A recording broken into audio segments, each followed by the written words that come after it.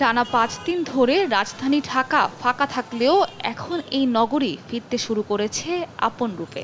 সড়ক জুড়ে গাড়ি, বাস আর অফিসগামী ও কর্মজীবী মানুষের পদচারণায় এখন অনেকটাই সরব। সকাল ১০টা থেকে কারফিউ শিথিল করার কথা থাকলেও ঘর থেকে এদিন আগেভাগে বেরিয়ে পড়েন অফিসগামী মানুষ। অফিসে যাচ্ছি আর ভোগান্তি হচ্ছে যে মানে টানা ৩ দিন সাধারণ ছুটির পর তো আজকে একটা জাম আছে, সেই জামটাই মেইন ভোগান্তি আর কি।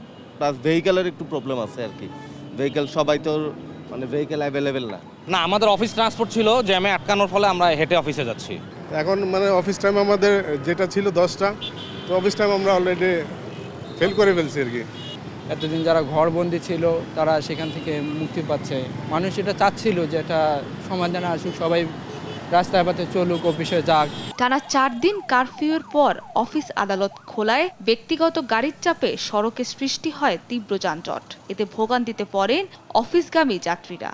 তবে সড়কে মানুষ বাড়ায় জীবিকার পথ খুলেছে নিম্ন আয়ের মানুষের। হকার ও রাস্তার পাশের দোকানগুলোতে বিক্রি বাড়ায় হাসি ফিরছে তাদের মুখে।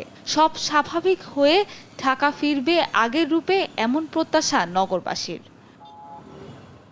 সাবরিনা মজুমদার, দেশ টিভি, ঢাকা।